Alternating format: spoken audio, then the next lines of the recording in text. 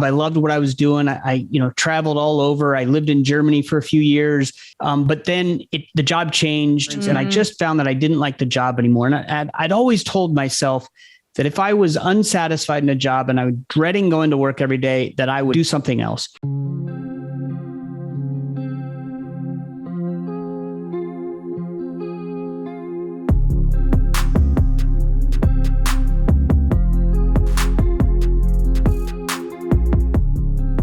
Welcome to The Conscious Investor. Let's get started.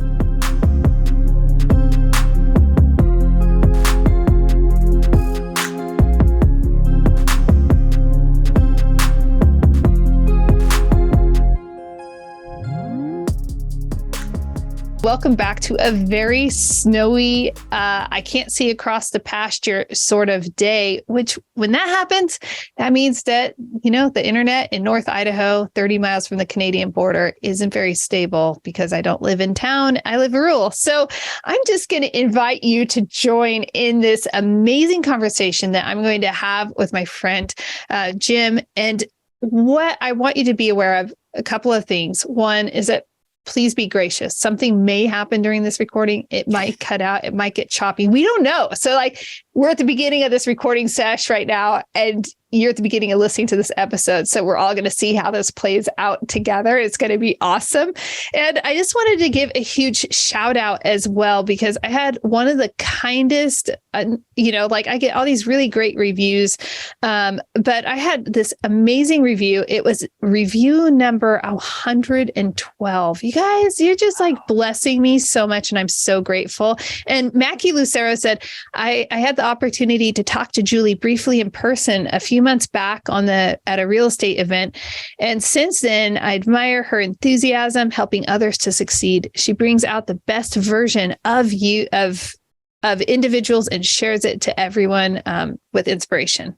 She says, thank you so much. So, Mackie, I just want to say thank you so much for the review. That just means the world to me. That's wind in my sails. And that's your way of supporting this podcast and supporting it in reaching other people so that they can think differently, that they can be aware. And I'm super excited. All right. Well, I have a superstar guest, and I actually met him through one of his business partners, which is really a fun way when you meet people. And you're going to hear on the podcast within proximity, you'll also hear from one of his partners, Ryan. And I love that because you get a real sense of not just who individuals are, but you're also going to get a sense of, what they're building and what they have to offer you. And I really like that. Jim is from Left Field Investors, and they're serving passive investors. It's just a passive investor community, but he also has a really incredible background as a financial advisor and is extensively passively invested himself. And so I love the perspective that he has to offer you because I know you love your job. It's not like you want to quit your job. You're just looking for a better investment strategy for your future. So without me talking on anymore, I'm going to turn this over and just welcome Jim. So happy to have you here this morning. Well, thanks for having me. I appreciate it. I have to admit, I'm a little bit jealous of the situation you're in with all the snow. I'm in here in Ohio, and it is cold, but there's no snow, sunny skies. I would much rather be in the snow right now. Yeah, the snow is it's beautiful. And because I have a window directly in front of my computer, all these beautiful ponderosa pines and such around me, the snow accumulates, and then all of a sudden it just falls off of the trees, and it's just a snowfall. It's so pretty. So, That's awesome. You just have to come out to North Idaho and visit sometime. That's all you have to do. Absolutely. Count me in. Love it. We'll do a Left Field Investors retreat at Schweitzer Ski Resort or Coeur d'Alene. Absolutely. Very worthwhile. Well, you know what, Jim, you have such an interesting background. I was really captivated by the fact that you have a background in financial advising. And I'd love to hear more because I haven't picked into your story too much in past conversations. So I'd love to just hear the tale of how does a financial advisor go from I'm a financial advisor and I assume here are my products, you should invest in these, to wow, I have all this experience, knowledge, and background, and I think real estate's a fantastic investment vehicle. Yeah, it's interesting. It was easy. It wasn't anything I did intentionally, and I kind of got to go backwards a little bit. In college I was a finance major, and finance was always my passion and interest. And when I got my first job, I worked for a reinsurance company, and the first thing I did was ask them when I could put money into the 401k, and they made me wait 6 months. And as soon as I could, I maxed it out, put in the 16%. I remember that was the most they'd let me put in. And then I just started investing all of my money in the stock market, mutual funds. And I thought that was the way to go. And I worked there for about 12 years. And then I was a teacher for a while. Finance and accounting is what I taught to high school students. And then I became a financial advisor after that. So this is what I'm doing now is career number 5. But when I was a financial advisor, it was really good timing, because at the same time, like when you become a financial advisor, they assume you know nothing about finance and they just retrain you about money. At least that's what my firm did. And, I thought I had it all figured out with stocks and mutual funds and 401ks. And I was just going to coast in there. And they started teaching about money and how it works. And at the same time, we had built a house because we had our third child and we needed more room, and we couldn't sell our old one because it was 2008. And so we just rented it out just to get to a better time when we could sell. And so once we were ready to sell, I talked to my real estate agent, and he said, well, hey, this house is paid off. Why don't I manage this rental for you? You get a loan on it, and then you can buy 2 more. And I thought about it, and I did that. And so as I was learning about real estate, I was being taught about money at the same time. And of course, the financial firm was teaching me about paper assets, but I was seeing what real assets were doing at the same time. And so slowly it dawned on me that, this paper asset stuff is not where I want to be, right? You're basically buying a piece of paper and hoping that the value of that goes up, so later you can sell it to somebody else for more, and you get no current benefit. So that didn't seem to make sense when I was over here on the other side with real estate, where I had a real asset that I could look at, live in, rent to somebody, and I had a current benefit in the form of hopefully cash flow, right? And then I could get this appreciation on the back end, which is the only thing you really are looking for in the stock market. So once I kind of saw how both of those were working, I slowly started moving more over to real assets. And that's when I realized I can't be a financial advisor anymore, because I prided myself in investing in putting my clients into the same investments that I was in. Well, now I'm getting more into real estate, and I can't put them in real estate because I'm not licensed for it. I also wouldn't get paid for it. So it just made sense to kind of slowly shift over to full-time real estate. What an amazing tale. And there are so many pieces of this that I want to dive into for a moment. First of all, we're going to backtrack a second and talk about pivoting careers, because oftentimes thinking behind the ability to pivot a career and that thinking behind shifting from one asset class like paper assets into real assets, it shows that mental agility and ability to think in new ways. What were some of the challenges that you faced in that thinking through every one of those transitions? However you could go with the career side and with investing and everything. You kind of touched on the investing element. Yeah, I think with the career, I had always told, so I always wanted to be a teacher, but I also knew that I wanted to be able to support myself and my family if I had one. So I knew I wanted to make money, which is why I went into business right out of college. And, I loved that job. I loved what I was doing. I traveled all over. I lived in Germany for a few years, lived on the East Coast, on the West Coast. So I really loved the job.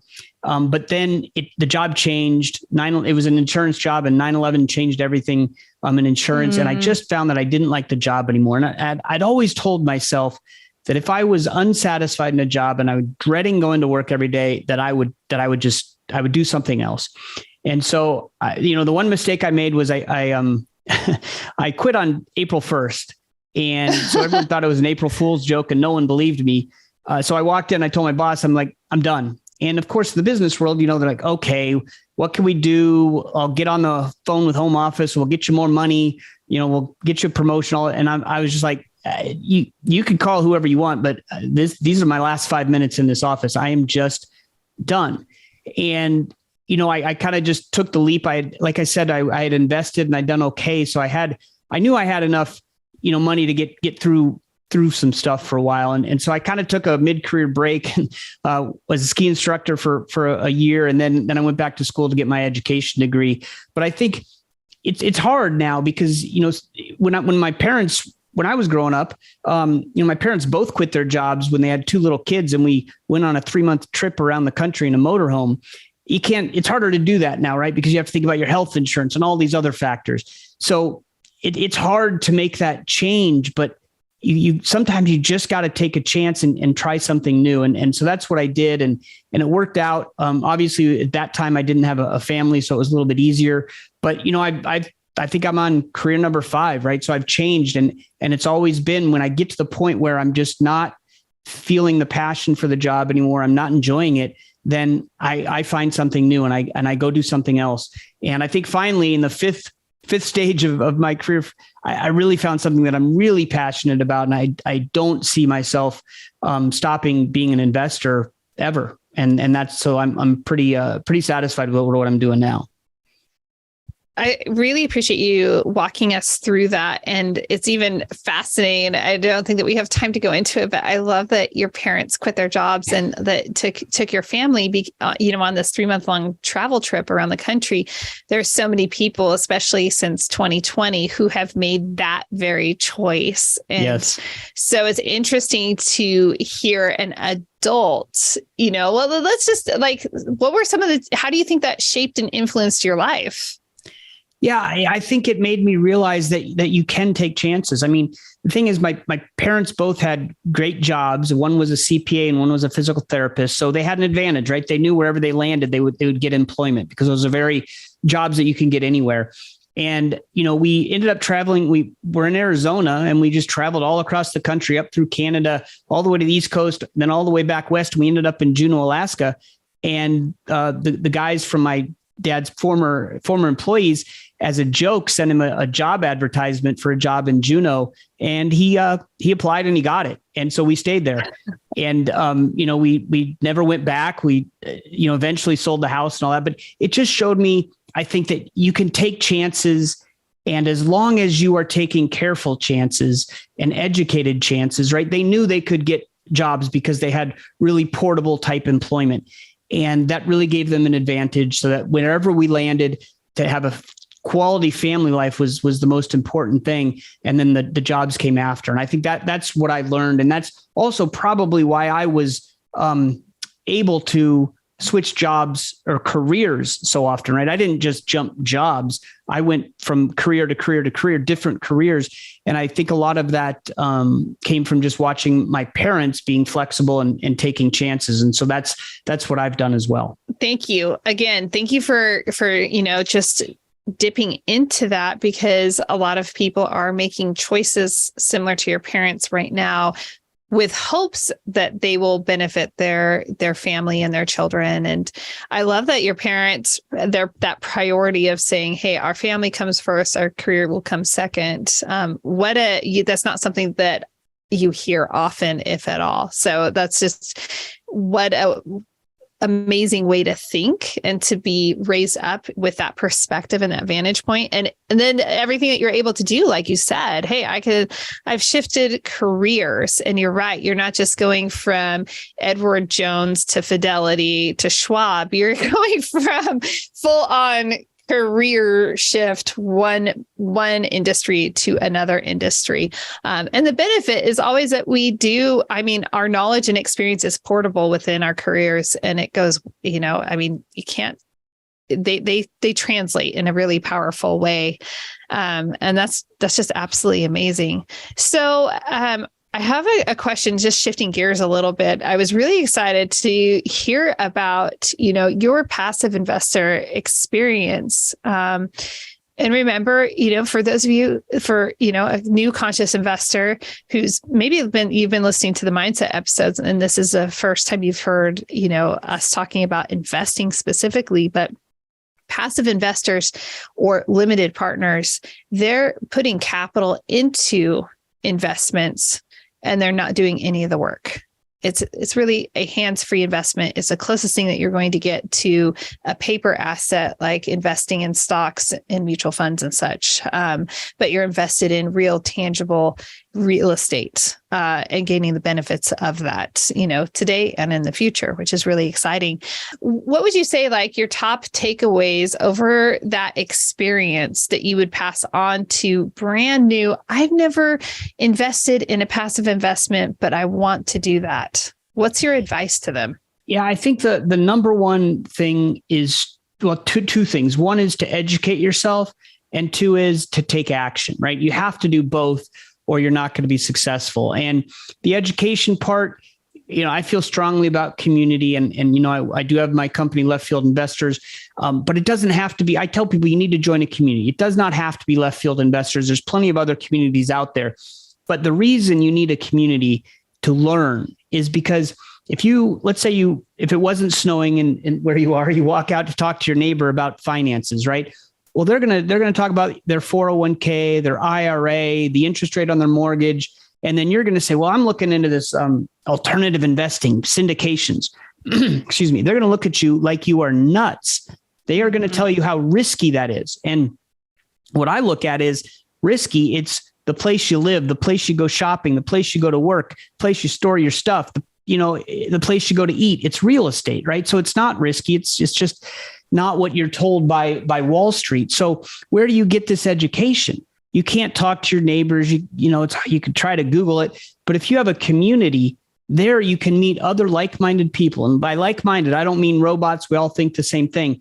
I mean like-minded, where we are all trying to, build wealth, to be financially free and do whatever you want when you're financially free. Like for me, it's time freedom. For others, as you say, they might love their jobs. They want to keep working their jobs, but they want multiple income streams for security reasons. But the key is, if you have a community, then you can learn and find quality operators, find quality deals, and share that with others, learn from others, and give back to others. So that's number one. And then number two is, once you have that information, you got to take some action. Now, these are big checks or big wires you're going to send, 25,000, 50,000, 100,000. So it's really scary. And again, that's where the community comes in, because if you know that the sponsor is legit and the investment is legit because 3 people that like, and trust have recommended them, that wire is going to be so much easier to send than if you're sending it to people you're not sure about. And you're like, oh, well, this sounds good, and you don't have anybody saying, yeah, you can go ahead and do this. So I think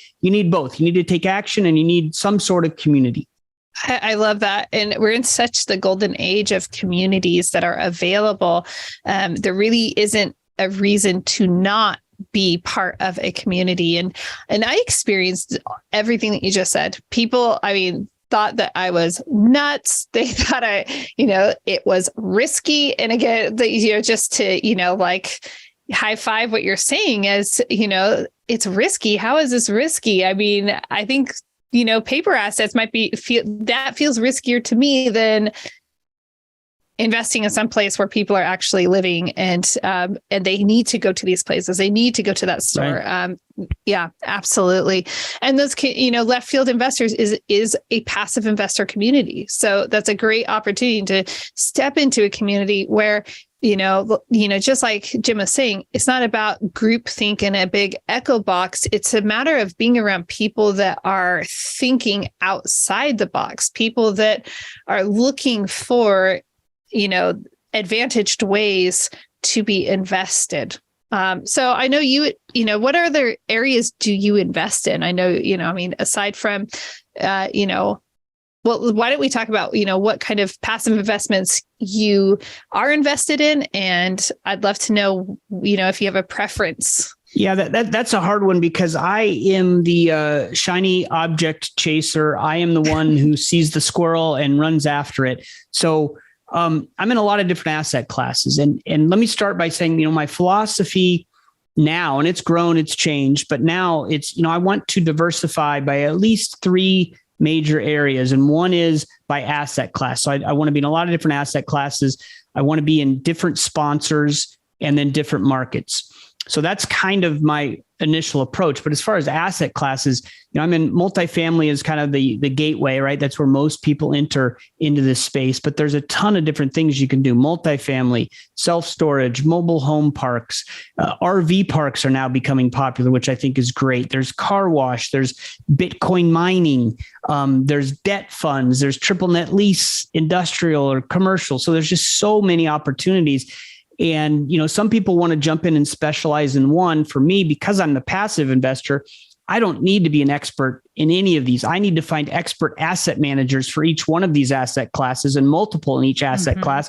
And then I'm just investing. And as you said, I don't do any of the work. All of my work is before I send the wire. After I send the wire, I do nothing but sit back and hopefully collect distributions and regular reports. And that's it. So these are very illiquid, long-term investments that are completely out of your control. Again, I'm sorry to keep going back to it, but that's why community is so helpful, because you can't just say, well, I'll give this one a shot and put in your 50 grand, wait 5 years and say, oh yeah, that syndicator is pretty good. Now we'll do another investment. Well, 5 years have gone by, right? How do you accelerate your learning, and how do you accelerate getting comfortable with an operator? Well, you can ask somebody else who's already been in that operator, invested with them for a year or two, and they already have the experience, and they could say, yes, this is legit.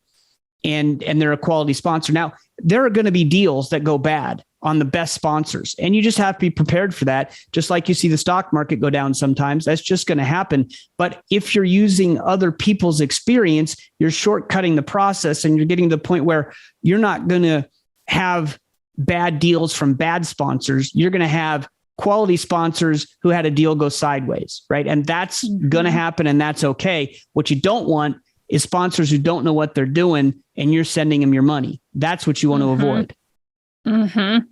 Preach it. Preach it to the mountains. There's one reason why Three Keys Investments, well, that's probably like the foundational reason, is so particular about who we partner with, because we're always partnered in deals with other active, it's usually, 2 or 3 companies coming together. And it's like, do you need to know who those people are? When I invest passively, I have that advantage of knowing people within the industry because I have a community. And so I can feel confident about those passive investments. But, when I go in on the active side and I'm partnering, it's like, man, I want to know you for at least a year. Let's talk. Let's get to know each other really well. And let's see what your experience is, because we're going to also be complementing one another's experience levels, which is really important. Right. And I think that's hard for a passive investor. It's harder than for you, where you're going to partner with somebody. So you're both kind of trying to figure each other out, and you're okay taking that year to do it. But as a passive investor, I tell operators all the time, look, if I don't know you and I don't know anybody who knows you, it's going to take me a year to really dig in and get to know you and get comfortable. But it's harder as a passive investor because how many conversations can I have with you to find out the same information, right? That's why I keep coming back to using my community, because if that's just such a shortcut. It cuts the time frames, and then I don't have to wait a year before I invest with you. I could say, oh, Steve and Sally invested with you, and I know them and I trust them, and trust transfers. So now I at least know I can trust you and you're legit. Now I can do my normal due diligence, and it's not going to take a year. Maybe it takes a month instead, and it accelerates everything. Yep. No, on the passive side, I agree with that. Yeah, completely. And I would suggest to you, conscious investor, that if you're, looking at a passive investment, I'd always look at what is the relationship of the partners involved on the active side and how well do they know each other. I always overemphasize that, because to me, it's so critical for every single deal. So I love that you invest. I like that you have shiny object syndrome, because you're also then a guinea pig for everybody in the left field investor community. They can look to you and you can say, well, I really had a great experience in RV parks, or you can really speak to the different asset classes and the pros and the cons. What's your absolute, if you only could make one more investment in one asset class in the next 10 years? That's a tough one. I guess I'd pick self-storage, just because it has shown to be the most resilient, whether, boom times or bad times. Bad times, people are moving, move in with others and they got to store their stuff. And in boom times, they're buying more stuff. And they got to store their old stuff.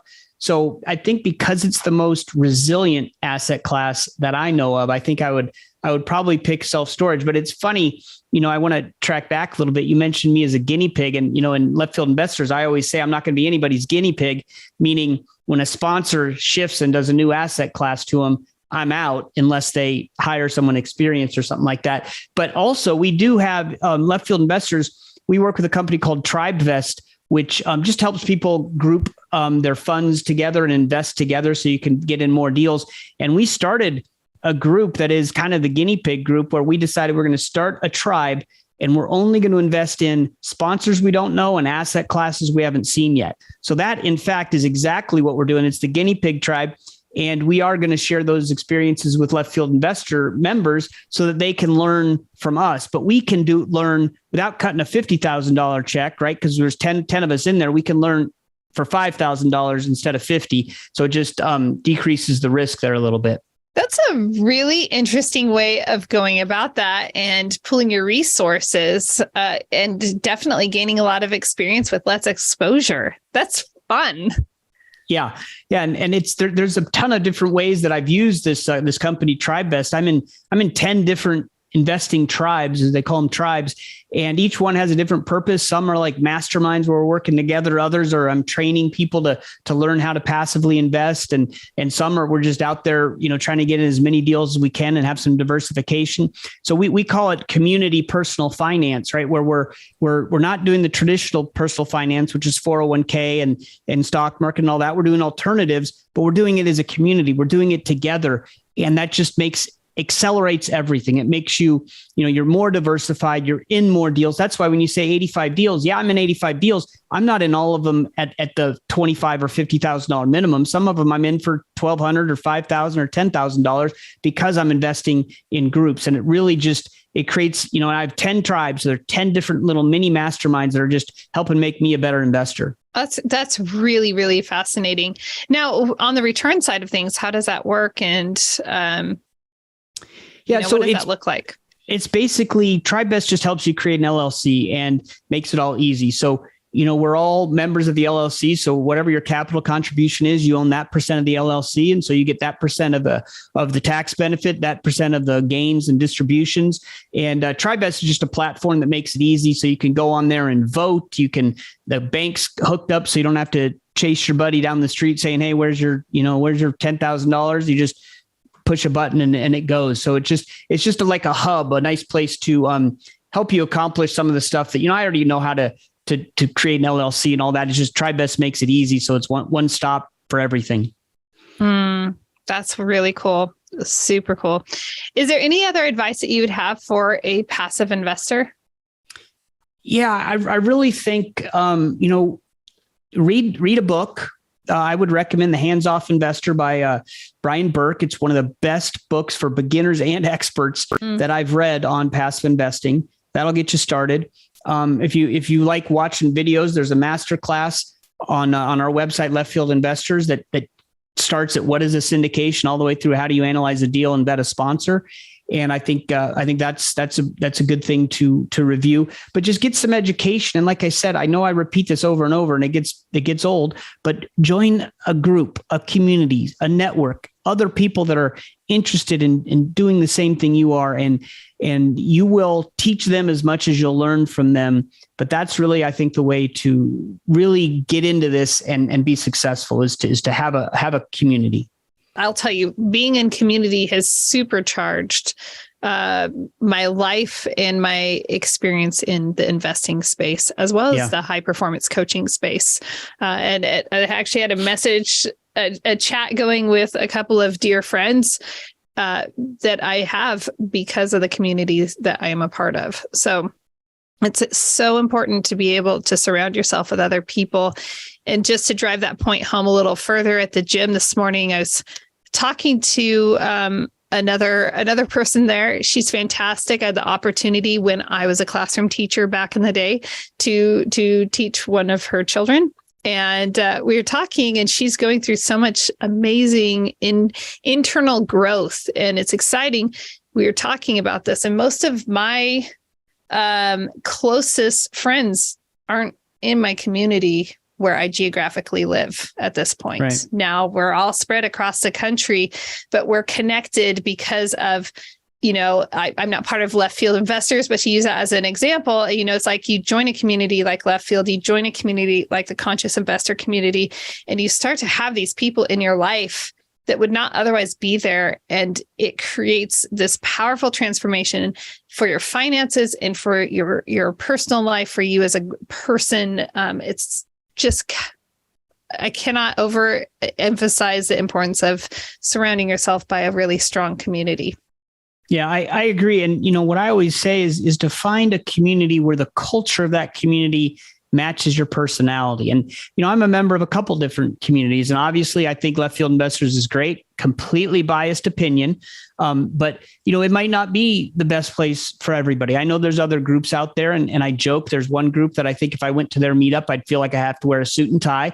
That's fine. You come to our meetup with a tie on, I'm going to cut it off because we're just a little bit more relaxed. But it depends on where you feel best. And that's where you're going to get the most growth, the most learning, and have the most success, is if you're in a place that's comfortable for you. So if Left Field Investors isn't it for you, or the Conscious Investor isn't it, go find somewhere else, or find several and see which suits you best.